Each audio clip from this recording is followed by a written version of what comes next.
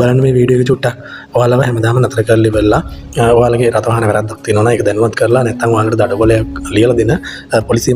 ඉතින් මේ වෙසක් සතිය ඔයාලා දකින්න ඇති ගොඩක් පොලිස් ස්ථානවල පොලිස් නිලධාරීන්ගේ සහයෝගයෙන් ගොඩක් දන්සල් තිබ්බා.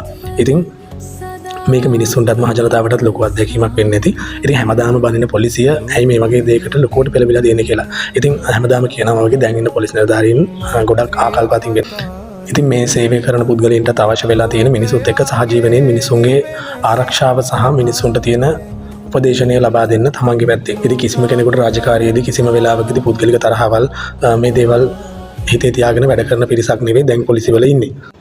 මේ වගේ හොඳ ආකල්පත් හදාගෙන ඒවට උපදෙස් දෙන ඉහළ නිලධාරීන් ඉන්නවනේ. මෙන්න මේ නිලධාරීන්ගේ සහයෝගය මත මේ නිලධාරීන්ගේ අධීක්ෂණය යටතේ මේ වගේ දේවල් සිද්ධ වෙන එක ඇත්තටම හොඳයි. ශ්‍රී ලංකා පොලිසිය වෙනුවෙන් අපිටත් ඒක ලොකු ආඩම්බරයක්.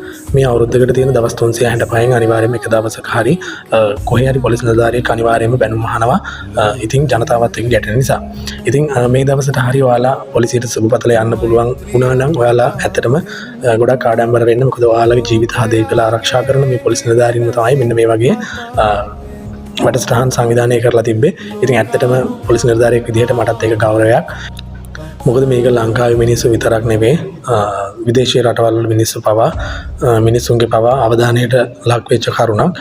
ඉතින් ඔයාලටත් පුළුවන් නම් මේ වීඩියෝ එක ජනතාව අතරට යවන්න, වීඩියෝ එක ෂෙයා කරන්න. ඔයාලගේ අදහසකුත් තියෙනවා නම් කමෙන්ට් එකක් දාගෙන යන්න.